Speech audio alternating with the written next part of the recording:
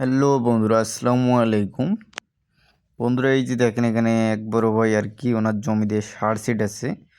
তো মূলত কথা হচ্ছে আজকে এই যে ফাঁকা জমি, এই ফাঁকা জমিতে উনি কি ছিটাচ্ছে এবং কি সার ছিটাচ্ছে এবং সারের সাথে কি ছিটাচ্ছে এবং তার কারণটা কি। তো আজকে আমরা সেটাই জানবো। তো বন্ধুরা, ভিডিওটি শেষ পর্যন্ত দেখবেন। তো বন্ধুরা, এই যে দেখেন এই জমিটা ফাঁকা জমি, কিন্তু তো এই জমিতে এই যে বড় ভাই অনেক কিছু সার হচ্ছে ড্যাপ, ইউরিয়া এবং পটাশ সব মিলিয়ে ছিটাচ্ছে এবং তার সাথে কিছু দানাদার এবং বীজ জাতীয় একটা ওষুধ মিশ্রণ করে একসাথে ছিটাচ্ছে। তো তার মূলত কারণ হচ্ছে বর্তমানে এই জমিতে উনি মরিচ লাগাবে। তো মরিচ লাগানোর পর কিন্তু আপনারা জমিতে একটা জিনিস লক্ষ্য করবেন, সেটা হচ্ছে যে জমিতে যে ডোরা পোকা বা বিভিন্ন রকমের পোকামাকড় আক্রমণ করে, দেখবেন যে আপনার মরিচ গাছের আগালগুলো আগালের যে আগালটা থাকে সেটা আগাটা কেটে দিচ্ছে। আগাটা কেটে দেওয়ার কারণ হচ্ছে সেই ডোরা পোকা, বুঝতে হবে যে এটা ডোরা পোকার আক্রমণ।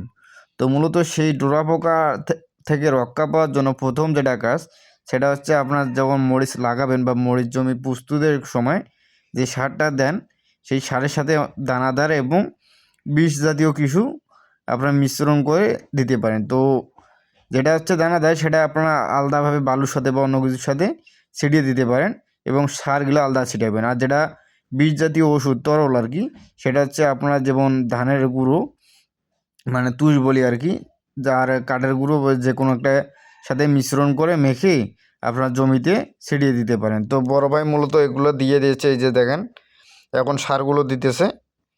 তো বন্ধুরা, আপনারা যদি মরিচ লাগান বা মরিচ চাষ করতে চাচ্ছেন, তো জমি প্রস্তুতের আগে অবশ্যই এই দিকগুলো খেয়াল রাখবেন। কারণ আপনাদের মরিচ লাগার পর যদি আপনার জমিতে পোকা আসে, তো আপনাদের কিন্তু মরিচ গাছ দেখবেন যে আগালগুলো কেটে দিয়েছে। তো সেক্ষেত্রে আগেই আপনারা সতর্কতা অবলম্বন করবেন।